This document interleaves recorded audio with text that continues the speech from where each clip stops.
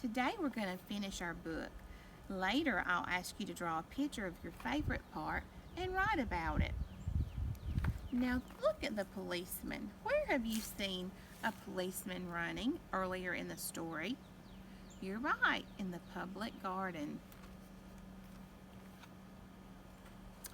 He planted himself in the center of the road, raised one hand to stop the traffic, and then beckoned with the other, the way policemen do, for Mrs. Mallard to cross over. Now, how do you think the people in the cars felt about having to stop to let a family of ducks across the street? Some might have been happy because they're probably going, "Oh, how cute, how cute." But others may have been on their lunch break and in a hurry, so they may not think it's so cute that the policeman's letting the ducks across. But he's making way for ducklings. And as soon as Mrs. Mallard and the ducklings were safe on the other side and on their way down Mount Vernon Street, Michael rushed back to his police booth. So this is in a big city.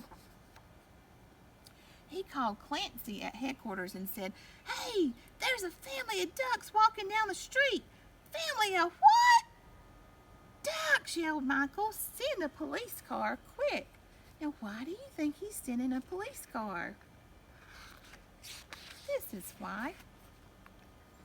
Meanwhile, Mrs. Mallard had reached the corner bookshop and turned into Charles Street with Jack, Cack, Lack, Mack, Knack, Whack, Pack, and Quack all marching in line behind her. Everyone stared.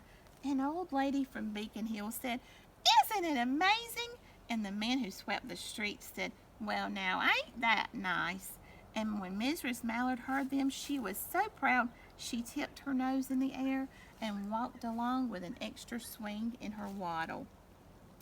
What would you say if you saw a family of ducks walking down the street? I know what I'd say. I'd say, oh, they're so cute. I wish I had my camera so I could take a picture of them." When they came to the corner of Beacon Street, there was the police car with 4 policemen that Clancy had sent from headquarters.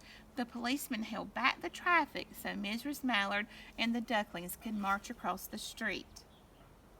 Now look, I see the corner of the garden. Do you think that's why that the policeman knew which corner to go to when he called? I think they did. And they went right on to the public garden. Inside the gate, they all turned around to say thank you to the policeman. The policeman smiled and waved goodbye. When they reached the pond and swam across to the little island, there was Mr. Mallard waiting for them, just as he had promised. Do you think the ducklings will tell him all about their walk? What do you think they would say? The ducklings liked the new island so much that they decided to live there. All day long they follow the swan boats and they eat peanuts. And when night falls, they